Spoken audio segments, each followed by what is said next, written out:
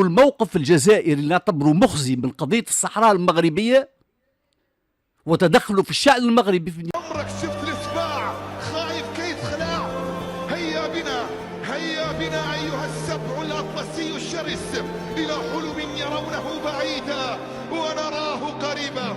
أراه وأنا أقف على جبال الأطلس براية الحمراء. في قصة لا علاقة لنا بها، هذه قصة الصحراء الغربية. اليوم راك واضح الموقف الجزائري، هكا واضح قال لك وفسر لك موقف رئيس تبون يتهم المغرب، حب يدخل المغرب في الشكشوكة التونسية، وقال لك هلا حتى قراءة ردود أفعال الأحزاب السياسية في الداخل وكذا، قال لك تضاعفت وتغير نسقها بعد زيارة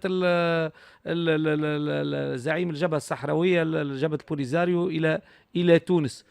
ما مدى وجاهة التحليل هذايا من جهة نجيب، ومن جهة أخرى واللي ناشي أي حد عنده حسبة يحب يعديها فوق ظهرنا نحن؟ البوليزاريو أنا رأى أنه كلام فارغ ولا معنى له، وبل بالعكس نرى أنه هو اصطياد في المال عكر واستغلال الظرف في الحالي فهمتي بتاع تونس لمزيد توريطها في قضية نعتبرها جريمة في حق كل المغرب العربي الكبير، لأنه الموقف الجزائري اللي نعتبره مخزي من قضية الصحراء المغربية وتدخله في الشأن المغربي في الداخلي وسعيه لتقسيم الدولة المغربية هو اللي عطل قطار التنمية وعطل. الموقف الجزائري اللي نعتبره مخزي من قضية الصحراء المغربية وتدخله في الشأن المغربي في الهوية بين ظفرين فيها اللي تدمج تدمج الأنشطة الاقتصادية وتفتح الحدود فهمتي إلى آخره. ولو احنا وتونس كانت ديما